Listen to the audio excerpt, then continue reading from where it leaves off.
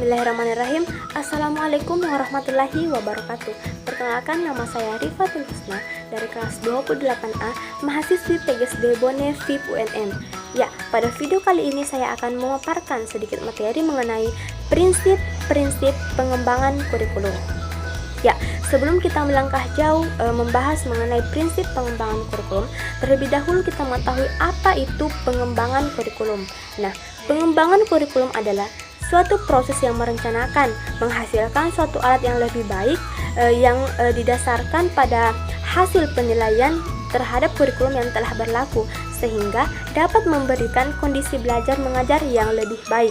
Nah, di sini terdapat 6 prinsip-prinsip dalam pengembangan kurikulum. Yang pertama, prinsip relevansi. Yang kedua, prinsip efisiensi. Yang ketiga, prinsip efektivitas. Yang keempat, prinsip kesinambungan atau kontinuitas. Yang kelima, prinsip fleksibilitas. Dan yang keenam, prinsip berorientasi tujuan.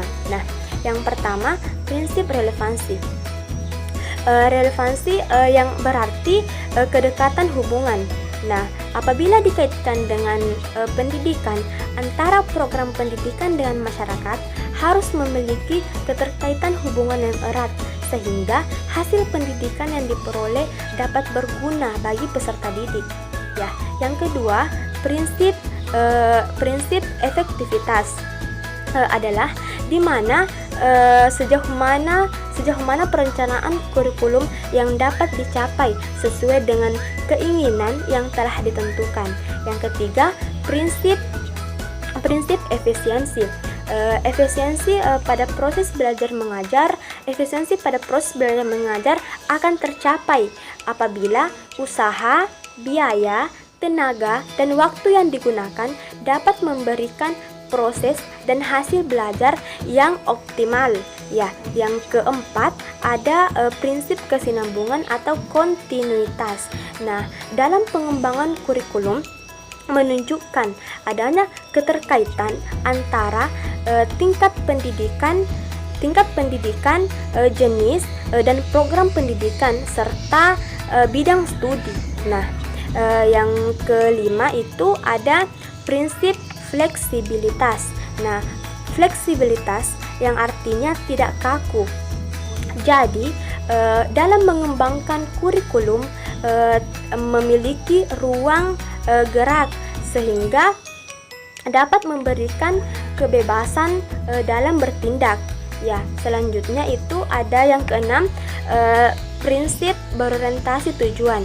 Nah, berarti langkah awal sebelum memilih dan juga mengembangkan komponen-komponen kurikulum harus didahulukan dengan adanya menetapkan suatu tujuan. Ya, selanjutnya ada prinsip khusus dalam mengembangkan kurikulum. Ada 5. Yang pertama, prinsip berkenaan dengan tujuan pendidikan. Ya, di sini perumusan tujuan pendidikan harus bersumber pada ketentuan dan juga kebijakan dari pemerintah. Yang kedua, ada prinsip berkenaan dengan pemilihan isi pendidikan. Ya, di sini yang harus diperhatikan dalam pemilihan isi pendidikan itu dari segi pengetahuan, sikap, dan juga keterampilan. Nah, yang ketiga itu ada prinsip berkenaan dengan proses belajar mengajar.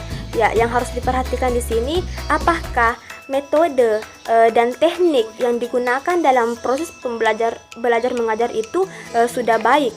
Yang keempat ada prinsip berkenaan dengan pemilihan media dan alat peraga. Ya, di sini yang harus diperhatikan siapa pembuatnya dan pembiayaan serta waktu yang digunakan dalam membuat media dan alat peraga tersebut. Nah, yang kelima ada prinsip berkenaan dengan pemilihan kegiatan penilaian. Nah, di sini pada kegiatan penilaian harus memulai dari merumuskan tujuan umum sampai dengan menuliskan butir-butir tes. Ya. Sekian dari saya. Wassalamualaikum warahmatullahi wabarakatuh.